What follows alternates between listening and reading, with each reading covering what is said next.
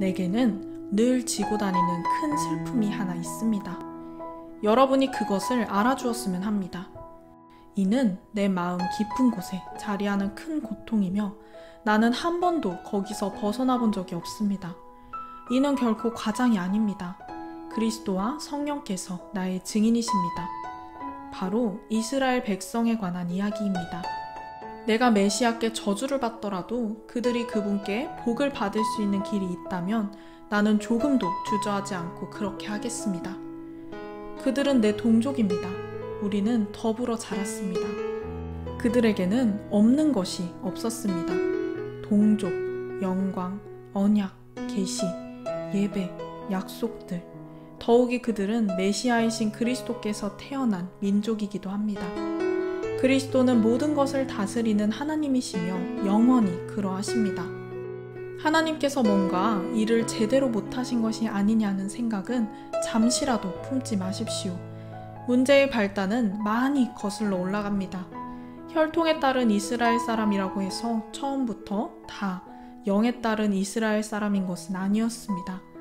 이스라엘 사람이라는 정체성을 부여해 준 것은 아브라함의 정자가 아니라 하나님의 약속이었습니다. 어떻게 기록되어 있는지 기억하십니까? 내 가문은 이삭을 통해서만 이어질 것이다 라고 되어 있지 않습니까? 다시 말해 이스라엘 사람이라는 정체성은 결코 성행위를 통해 전달되고 인종적으로 결정되는 것이 아니라 하나님의 약속에 의해서 결정된다는 뜻입니다. 무슨 약속인지 기억하십니까? 내년 이맘때쯤 내가 다시 올 때에는 사라에게 아들이 있을 것이다 라는 말씀이었습니다. 그때만 그랬던 것이 아닙니다. 리브가에게도 약속이 주어졌는데 출생의 순서보다 우선하는 약속이었습니다. 리브가가 우리 모두의 조상인 이삭의 아이를 가졌을 때 또 그 아이들이 아직 아무것도 모르는 선도 악도 행할 수 없는 태아였을 때 이미 그녀는 하나님에게서 특별한 보증의 말씀을 들었습니다. 이처럼 하나님께서 하신 일들을 살펴볼 때 우리가 분명히 알게 되는 것이 있습니다. 그분의 목적은 우리가 무엇을 하고 안 하고에 달려있지 않습니다. 그것은 이루어질 수도 있고 안 이루어질 수도 있는 그런 것이 아니라 그분의 결정에 의해 결정되고 그분의 주도로 확정된 확실한 무엇입니다. 하나님은 리브가에게 너희 쌍둥이 중 둘째가 첫째보다 뛰어날 것이다 라고 말씀하셨습니다. 후에 이 말씀은 나는 야곱을 사랑했고 에서는 미워했다 라는 딱딱한 경고 형태로 등장합니다. 이것을 두고 우리가 하나님은 불공평하시다고 불평할 수 있을까요? 부디 성급하게 판단하지 마십시오. 하나님은 모세에게도 이렇게 말씀하셨습니다. 자비도 내가 베푸는 것이고 긍휼도 내가 베푸는 것이다. 다시 말하면 긍휼은 우리의 동정어린 심정이나 도덕적 노력에서 비롯되지 않고 하나님의 자비에서 비롯된다는 말씀입니다. 하나님께서 바로에게 하신 말씀도 같은 요지의 말씀입니다. 나는 나의 구원 능력이 펼쳐지는 이 드라마에서 너를 단역으로 쓰려고 골랐다. 이 모든 이야기를 한마디로 하면 결정권은 처음부터 하나님께 있다는 것입니다. 하나님께서 일을 주도하셨고 우리는 그 일에서 좋은 역할이든 나쁜 역할이든 우리의 역할을 할 뿐입니다. 이렇게 이 일을 제기하시렵니까? 모든 것을 다 하나님이 결정하시는 것이라면 어떻게 하나님이 우리에게 책임을 물을 수 있단 말인가? 큰 결정은 이미 다 내려져 있는데 대체 우리가 할 수 있는 것이 무엇이란 말인가? 대체 여러분은 누구이기에 이런 식으로 하나님에 대해 이러쿵저러쿵 할 수 있다고 생각하는 것입니까? 사람이 감히 하나님을 문제 삼을 수 있다고 생각합니까? 진흙이 자기를 빚고 있는 손을 향해 왜 당신은 나를 이런 모양으로 만들고 있습니까? 하고 묻는 법은 없습니다. 한 진흙덩어리로는 꽃을 담는 병을, 또 다른 진흙덩어리로는 콩조리용 항아리를 만들 수 있는 완전한 권리가 토기장이에게 있는 것이 분명하지 않습니까?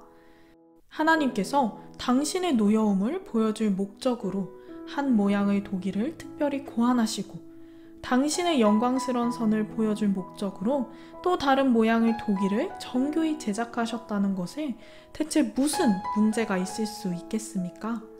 전자나 후자나 또는 두 경우 모두에 유대 민족이 해당될 때가 있었고, 이는 다른 민족들의 경우도 마찬가지입니다.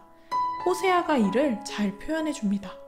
내가 이름 없는 사람들을 불러 이름 있는 사람들로 만들겠다. 내가 사랑받지 못한 사람들을 불러 사랑받는 사람으로 만들겠다. 사람들이 이 하찮은 것들이라고 퍼붓던 그곳에서 하나님의 살아있는 자녀들이라고 불리게 되리라. 이사야도 이런 사실을 역설합니다. 해변을 모래알 하나하나에 다 숫자가 매겨지고 그 합한 것에 하나님이 택하신 사람들이라는 라벨이 붙더라도 그것들은 여전히 숫자에 불과할 뿐 이름이 아니다. 구원은 택하심을 통해 오는 것. 하나님은 우리를 수로 세지 않으신다. 그분은 우리를 이름으로 부르신다. 산술은 그분의 관심이 아니다. 이사야는 앞날을 정확히 내다보며 이렇게 말했습니다. 능하신 우리 하나님께서 우리에게 살아있는 자녀를 유산으로 남겨주지 않으셨더라면 우리는 유령 마을처럼 소돔과 고모라처럼 되고 말았을 것이다. 이것을 모두 종합해보면 무슨 말입니까? 하나님께서 하고 계신 일에 관심 없어 보였던 사람들이 실제로는 하나님이 하고 계신 일, 곧 그들의 삶을 바로 세우시는 하나님의 일을 받아들였습니다. 그러나 하나님께서 하고 계신 일에 대해 읽고 이야기하는 일에 그토록 관심 많아 보였던 이스라엘은 결국 그것을 놓치고 말았습니다. 어떻게 그들이 그것을 놓칠 수 있었던 것일까요? 그들이 하나님을 신뢰하는 대신에 자기 자신을 앞세웠기 때문입니다. 그들은 자기들이 하고 있는 일에 푹 빠져 있었습니다. 그들은 자신들의 하나님 프로젝트에 너무도 푹 빠져 있어서 그만 바로 눈앞에 계신 하나님을 주목하지 못했습니다. 길 한복판에 우뚝 솟은 거대한 바위 같은 그분을 말입니다. 그들은 그분과 부닥쳤고 큰 대자로 쭉 뻗어버리고 말았습니다. 이사야가 은유를 통해 이를 잘 표현해 줍니다. 조심하여라.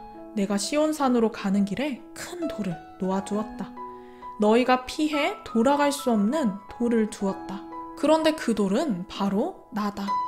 그러므로 너희가 나를 찾고 있다면 길 가다가 내게 걸려 넘어지지 않아야 비로소 나를 만나게 될 것이다.